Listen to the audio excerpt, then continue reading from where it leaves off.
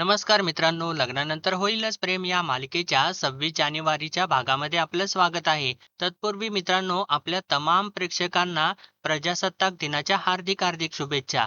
मित्रांनो, आजच्या भागामध्ये तर नंदिनी चक्क जीवाला हॉस्पिटलमधून सगळं काही उपचार वगैरे करून घरी घेऊन येते आणि त्यानंतर ती त्याला आतमध्ये सुद्धा घेऊन जाते घरामध्ये. आणि जीवाला आतमध्ये घेऊन गेल्यानंतर धनंजय तर चांगलाच भडकतो तिच्यावरती. तिला तो म्हणत असतो, की "तू हे असं कसं काय करू शकतेस?" तर तेव्हा नंदिनी धनंजयवरती भडकते, म्हणते, "बाबा तुम्ही माणुसकी सुद्धा विसरलेला आहात." आणि ती सगळं काही मागचं काढते. म्हणजे जीवाने तिचा जीव वाचवलेला असतो. लग्नासाठी जीवानेच तिच्या डोक्यावरती हात ठेवलेला असतो आणि त्याच्यामुळे तुम्ही एवढं तरी करायला हवं होतं बाबा, असं ती सर्व काही धनंजयला बोल बोलते.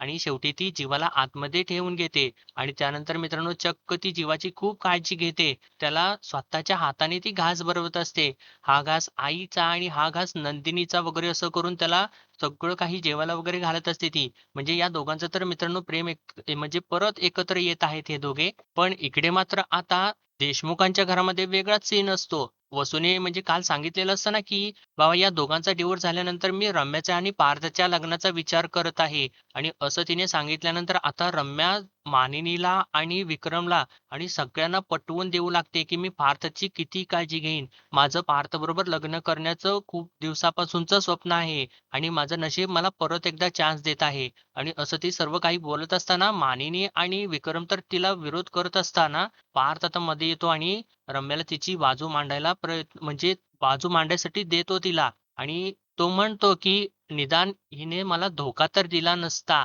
तिचं जर माझ्यासोबत लग्न झालं असतं, तर तिने मला धोका तर दिला नसता. आणि हे वाक्य बोलल्यानंतर काव्याला तर खूप मोठा धक्का बसतो आणि तिला चक्करच येत असते. आणि त्यानंतर ती आता रागारागात जाते आणि आपली बॅग वगैरे भरत असते. तर तेव्हा मानिनी येऊन तिला सावरते आणि तिला समजूत घालून तिला थांबवते. तर काव्य आता परत मानिनीने थांबवल्यामुळे परत ती थांबते आणि ती स्वतःच्या मनाची ठाम निश्चय करते, की मी आता पार्थची शेवटपर्यंत वाट बघेन. तर मित्रांनो आजच्या भागामध्ये हे सगळं काही असं घडलेलं आहे. तर चला आजच्या भागाला आपण सुरुवातीपासून बघूया. मित्रांनो आता इथे नंदिनी जीवाला चक्क हॉस्पिटलमध्ये घेऊन त्याच्यावरती उपचार वगैरे करून त्याला परत घेऊन येते. आणि तेव्हा घरी आल्यानंतर गुड्डू लगेचच धावत जातो आणि खुर्ची घेऊन येतो. आणि तेव्हा नंदिनी जीवाला रिक्षामधून खाली उतरवते आणि "बसा इथे" असं म्हणून खुर्चीवरती बसवते. तर गुड्डू नंदिनीला म्हणतो, "भाऊजी आजच्या झाला तुम्ही समयवरती आलात ते. म्हणून आपण जीवा भैय्याला डॉक्टरकडे घेऊन गेलो. आता दवाई पण दिली आहे आणि आता धीरे-धीरे त्यांची ॲलर्जी पण उतरेल." तर तेव्हा जेव्हा म्हणतो, "अरे बाबा ॲलर्जी उतरेल असं म्हणू नकोस. नाहीतर नंदिनी माझी काळजी घेणार नाही. हो ना?" आणि असं त्यानं म्हटल्यानंतर नंदिनी तर एकदम खालीच बसते आणि म्हणते, "जीवा आय एम सॉरी. खरंच चुकलं माझं." असं म्हणून ती कानच पकडते आणि म्हणते, "मी तुमच्यावरती विश्वास ठेवायला पाहिजे होता. मी नाही ठेवला. माझी खरंच चूक झाली आणि मी सपशेल चुकले. खरंच सॉरी, खरंच सॉरी." तर तेव्हा जीवा तिला म्हणतो, "अगं नंदिनी हे काय करतेस तू? उभी राहा बरं अगोदर उभी राहा. अगं हे काय आहे सगळं? अगं हे सगळं खरं तर मी करायला हवं. कारण अजूनपर्यंत अगं मी तुझा विश्वास जिंकू शकलो नाही. आणि तुझं काय चुकलंय? तुझं तर बरोबरच आहे. आणि तुला तर वाटलंच असेल अगं, की हा काय लांडगा आला रे आला खेळत असेल परत. अगं म्हणूनच तू आली नशील. आणि नाहीतर अगं मला काहीतरी झालं तर तुझी तडफड होणार नाही का?" तुला सांगतो असं तो पुढे बोलत असताना नंदिनी त्याला थांबवते आणि म्हणते, "बास खूप झालं. आधीच बरं नाहीये तुम्हाला, जरा कमी बोला." तर तेव्हा जेव्हा म्हणतो, "अजिबात नाही. आज ना मला बोलायचं आहे. प्लीज बोलू द्या मला. तू आपलं घर सोडून आल्यापासून आजपर्यंत अगं आपण असे शांतपणे बोललोच नाही अगं. आणि मला एक गोष्ट तुला सांगायची आहे. अगं माझं तुझ्यावरचं प्रेम खोटं नाही अगं. खूप प्रेम आहे तुझ्यावर. मी तुला चिठ्ठ्या पाठवत नव्हतो. खरंच फॅन्स पाठवत होते.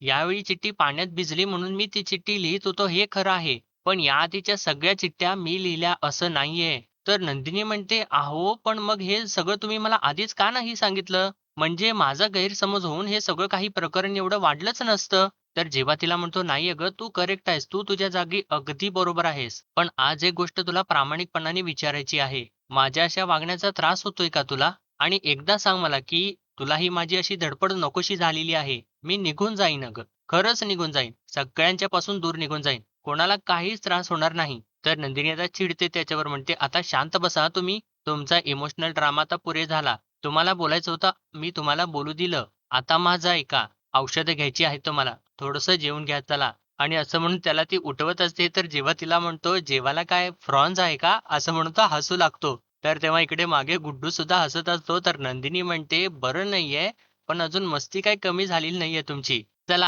आत या." तर तेव्हा जेव्हा म्हणतो, "नको बाबा, तो तय्यब अली मला आत नाही घेणार. जीव घेईल माझा." तर नंदिनी चिडते आणि म्हणते, "माझ्या बाबांना तय्यब अली वगैरे म्हणायचं नाही हां." तर तेव्हा जेव्हा म्हणतो, "मग काय म्हणू?" आणि त्याला त्याचं बोलताना थोडंसं दुखतं. तर नंदिनी म्हणते, "आणि मी आहे ना, तुम्ही नका काळजी करू." असं म्हणून त्याला उठवते आणि त्याचा हात आपल्या गळ्यामध्ये घालते आणि त्याला आधार देत आतमध्ये घेऊन जाऊ लागते. तर जेव्हा म्हणतो, "अरे गुड्ड्या, ही ॲलर्जी हवी-हवीशी वाटते रे." तर तेव्हा गुड्डू तर इकडे देवाला हातच जोडतो आणि तेव्हा जात असताना जीवाला जराशी ठेच लागते आणि तो पडणार असतो, तर तेव्हा नंदिनी परत त्याला सावरते आणि तेव्हा हे दोघे परत एकमेकांच्या हातामध्ये हात देऊन आतमध्ये जाऊ लागतात. तर तेव्हा आता जीवा इकडे मागे गुड्डूला हात करतो आणि व्हिक्टरी असं म्हणून साईन करतो. तर तेव्हा गुड्डू सुद्धा खूप खुश होतो. तर इकडे देशमुखांच्या घरामध्ये हा सगळं काही गोंधळ चालू असतो. काल आपण बघितलंच मित्रांनो आणि मानिनी आता वसूला थांबवायचा प्रयत्न करत असते. म्हणत असते, "अहो ताई तुम्ही हे काहीही काय बोलताय प्लीज." तर तेव्हा रम्या पुढे येते आणि मानिनीला म्हणते, "मामी काहीही रिएक्ट करण्याआधी माझं प्लीज ऐकून घेशील का?" असं ती हात जोडूनच रिक्वेस्ट करते. आणि ती म्हणते, "मामी मी आत्तापर्यंत ना पार्थची खूप मनापासून वाट बघितलेली आहे. मी त्याच्याशिवाय दुसऱ्या कुणाला सुद्धा माझा लाईफ पार्टनर म्हणून मी कधी इमॅजिनच नाही केलं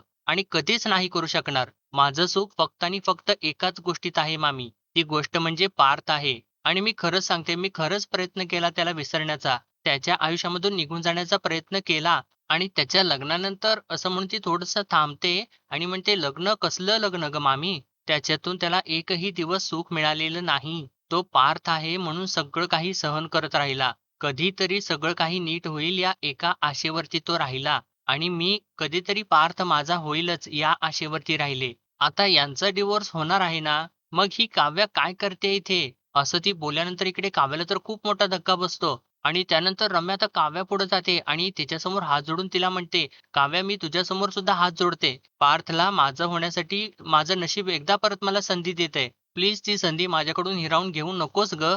असं ती बोलत असताना मानिनी परत तिला थांबवायचा प्रयत्न करते. तर रम्या आता परत धावत इकडे मानिनी समोर येते आणि तिला म्हणते, "मामी हे बघ मला मान्य आहे, की तू आत्तापर्यंत मला सून म्हणून कधीच पाहिलं नाहीस. पण एकदा विचार करून सांग, जर पार्थने मला ॲक्सेप्ट केलं, तर तू माझा सून म्हणून स्वीकार करशील ना गं?" तर तेव्हा मानिनी काहीच बोलत नाही. तर आता रम्या विक्रम समोर जाऊन उभी राहते आणि त्याच्यासमोर सुद्धा हात जोडते आणि म्हणते, "मामा मी खरंच खूप चांगलं वागेन. मला मान्य आहे कळत-नकळत मी खूप चुकीचं वागलेले आहे. पण तेव्हा आईने जे काही केलं ना त्याची शिक्षा आम्ही भोगलेली आहे. दोघींनी सुद्धा भोगलेली आहे. आणि मी खरंच तेव्हा काही सुद्धा केलेलं नव्हतं. मी वेगळी आहे ना, माझं आयुष्य सुद्धा वेगळं आहे. मला माफ करा ना. मला फक्त एक संधी हवी आहे. प्लीज, प्लीज मला माफ करा." आणि असं ती बोलत असताना आता सर्वजणच शांत असतात. तर रम्या पुढे म्हणते, "मी पार्थचं आयुष्य खूप चांगलं करेन. त्याच्या डोळ्यामध्ये कधीच पाणी येऊ देणार नाही. मी शब्द देते मी पार्थचा मान राखेन. त्याच्यावर कधीच आवाज चढवणार नाही."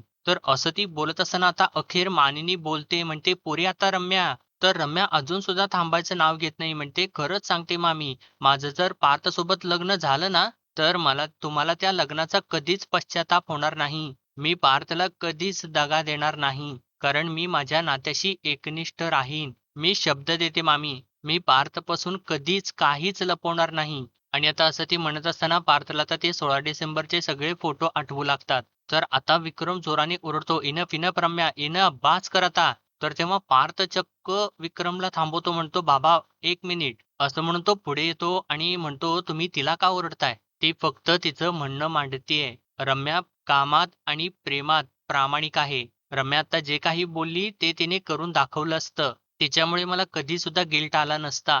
आणि असं तो बोलत असताना आता इकडे काव्याला तर मित्रांनो चक्करच येते आणि ती पडणारच असते तर तेव्हा युग जाऊन तिला सावरतो आणि म्हणतो, "वहिनी." असं म्हटल्यानंतर आता सर्वजण तिच्याकडे बघतात आणि त्यानंतर आता मित्रांनो म्हणजे काव्याला तर त्या गोष्टीचं खूप वाईट वाटलेलं असतं, की पार्थ आता हे सगळं काही बोलत आहे आणि आता काव्या तिथे थांबतच नाही, ती धावतच वरच्या दिशेने जाऊ लागते. तर मानिनी सुद्धा आता रागारागाने पार्थकडे बघू लागते आणि त्यानंतर ती आता काव्याच्या मागे वरती तिच्याकडे जाऊ लागते. तर तेव्हा पार्थ तर आता विचारात पडतो. तर इकडे मोहित्यांच्या घरामधला सीन त्यांनी आता दाखवलेला आहे मित्रांनो. इकडे शारदा अजून सुद्धा धनंजयवरती ओरडत असते. म्हणते, "बास करा धनंजय मोहिते, आज तर तुम्ही हद्द पार केलीत." तर धनंजय म्हणतो, "हो केली, मी हद्द पार केली. तिरस्कार करतो मी त्या जीवाचा. माझ्या मुलीवरती त्या मुलाची सावली सुद्धा नको आहे आजूबाजूला. हो मी भान सोडलं. थोडंसं टोकाचा वागलो, तुला रूममध्ये बंद करून ठेवलं.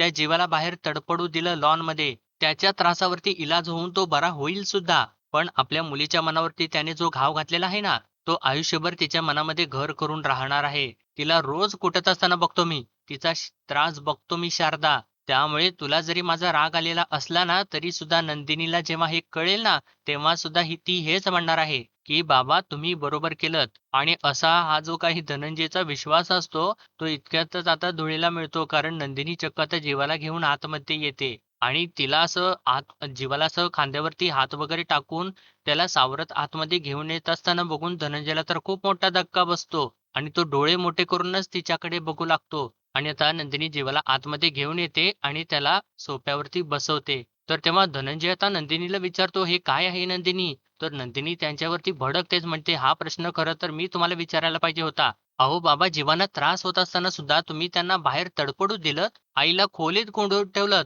काय मिळवलत हे सगळं काही करून?" तर धनंजय म्हणतो, "ज्यानं माझ्या मुलीला मरण यातना दिल्यात, त्यालाही ते भोगताना बघण्याचं समाधान." आणि असं त्यानं म्हटल्यानंतर सगळ्यांना धक्काच बसतो. तर नंदिनी म्हणते, "यांनी मरण यातना दिल्या? अहो बाबा आज मी तुमच्यासमोर जिवंत उभी आहे, ती फक्त या माणसामुळे. नाहीतर काल गावामध्ये सेकंड हँड म्हणून काय अवस्था करून टाकली असती तुमच्या समाजाने." आणि तेव्हा आता धनंजयला तो क्षण आठवतो, ज्यावेळेस नंदिनीला कोण स्वीकारत नसतं आणि नंदिनीचं लग्न होत नसतं आणि लग्न मंडपामध्ये नंदिनी ओरडत असते, "लग्न लावून द्यायचं ना माझं, कुणाशी लावून देणार आहात?" तर तेव्हा तिचा मामा पुढे आलेला असतो आणि तो म्हणत असतो, "हा माझा मुलगा आहे शंकर, हा करेल तुझ्याशी लग्न." तर तेव्हा शंकर ओरडलेला असतो, "तुम्हाला ही सून म्हणेन चालेल, पण मला ही बायको म्हणून चालणार नाही. या सेकंड हँड मुलीशी मला लग्न नाही करायचं." आणि तेव्हा ते सगळं आठवल्यानंतर धनंजय नंदिनीला म्हणतो, "अगं नंदिनी तू हे काय बोलतेस?" तर तेव्हा नंदिनी म्हणते, "या माणसाने माझ्या डोक्यावरती हात ठेवला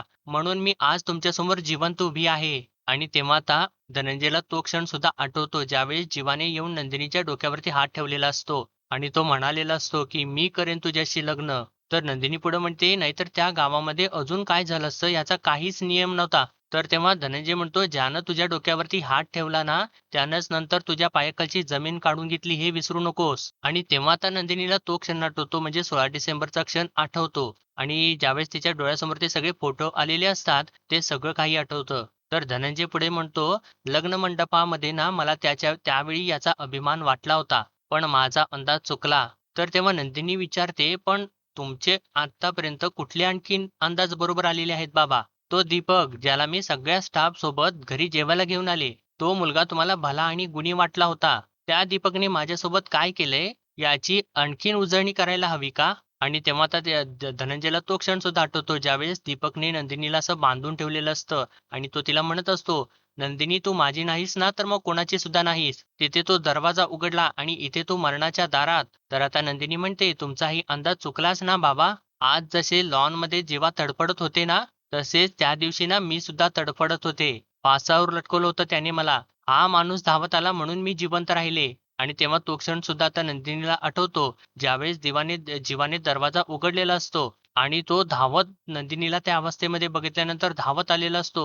"नंदिनी" असं म्हणून त्याने जोरात येऊन नंदिनीला खालून पकडलेलं असतं आणि तिला त्या सगळ्यामधून सोडवलेलं असतं.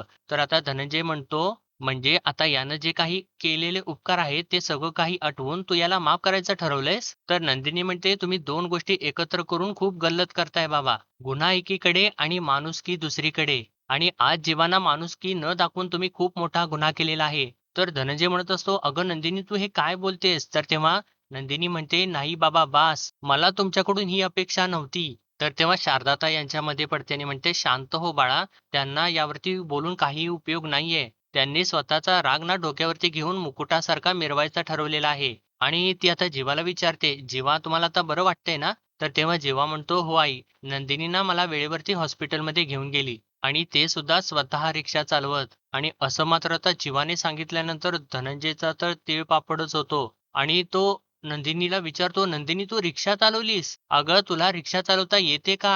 तर तेव्हा नंदिनी म्हणते, "सावित्री जर मेलेल्या सत्यवानाचे प्राण वाचवू शकते, तर जीवांचा जीव वाचवण्यासाठी मी रिक्षा सुद्धा चालवूच शकते." तर धनंजय तिच्यावर अजून चिडतो आणि म्हणतो, "वेड लागले तुला वेड. अगं नंदिनी शहाणी हो शहाणी." तर नंदिनी म्हणते, "मला नाही व्हायचं शहाणं. शहाणपणावरती जग चालत असेल बाबा." पण असं ती म्हणून पुढे बोलणारच आहे तर तेव्हा जीवा तिचं अर्धवट वाक्य पूर्ण करतो.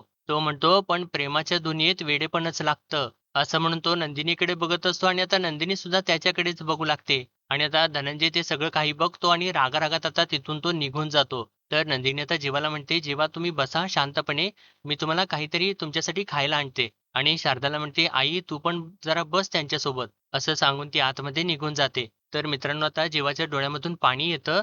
तर तेव्हा शारदा पुढे येते आणि मायेने त्याच्या गालावरून हात फिरवू लागते आणि त्याला शांत करू लागते. तर तेव्हा जेव्हा आता तिचा हात आपल्या हातात घेतो, तर शारदा त्याच्या डोक्यावरून हात फिरवू लागते. तर मित्रांनो इकडे काव्य तर खूप रागाला आलेली असते आणि ती आता सगळे काही म्हणजे आपले बॅग वगैरे, कपडे वगैरे सगळे भरत असते आणि इतक्यातच आता मानिनी तिथं येते आणि तिला कपाटातून कपडे काढत असलेलं बघून तिला धक्काच बसतो आणि ती चक्क पुढे येते आणि तिची बॅग ती स्वतःच भरू लागते. म्हणजे तिची पुस्तकं वगैरे घेऊन येते आणि तिच्या बॅगमध्ये ठेवते. तर काव्य तिला विचारते, "अहो काय करताय?" तर मानिनी तिला म्हणते, "अगं बॅग भरतेस ना तू? घर सोडून जात असशील, मग तुला बॅग भरायला मदत करते. नाही तू खरंच घर सोडून जाच, कारण रम्याला तर तेच हवंय ना.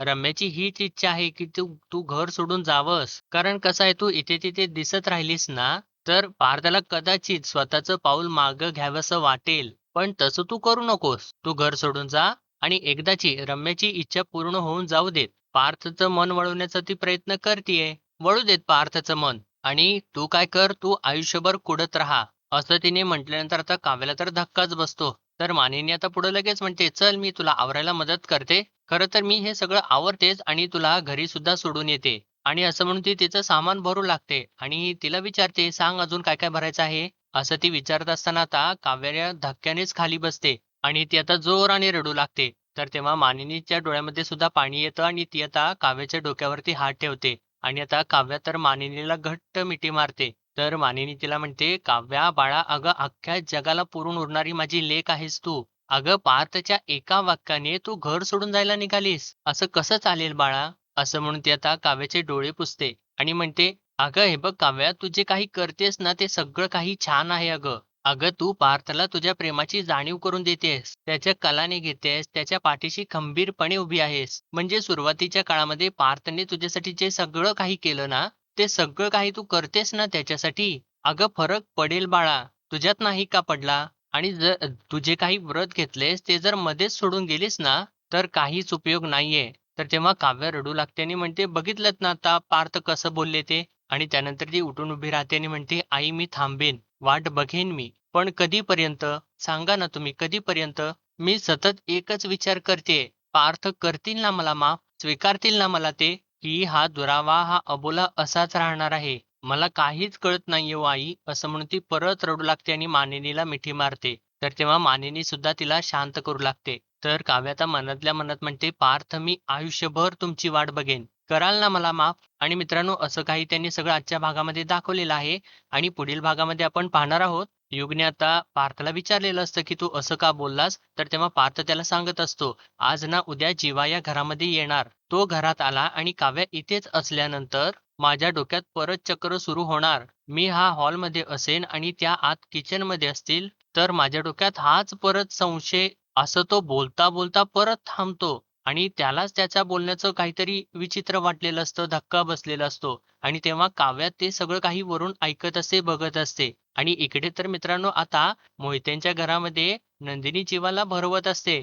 आणि ती म्हणत असते एक-एक घास भरवत, "हा घास आईचा." आणि त्यानंतर अजून एक घास घेते, तर जीवा तिला विचारतो, "आणि हा घास?" तर तेव्हा नंदिनी म्हणते, "हा घास नंदिनीचा." असं म्हणून ती आता तो घास सुद्धा त्या जीवाला भरवते. म्हणजे मित्रांनो यांचं तर इकडे छान मस्त काही जुळलेलं आहे. फक्त इकडे पार्थ आणि काव्याचंच थोडंसं रम्यामध्ये आल्यामुळे थोडंसं तटलेलं असतं. तर बघूयात मित्रांनो उद्याच्या भागामध्ये परत भेटूया आणि असेच डेली अपडेट पाहण्यासाठी आपल्या चॅनलला सबस्क्राईब करा.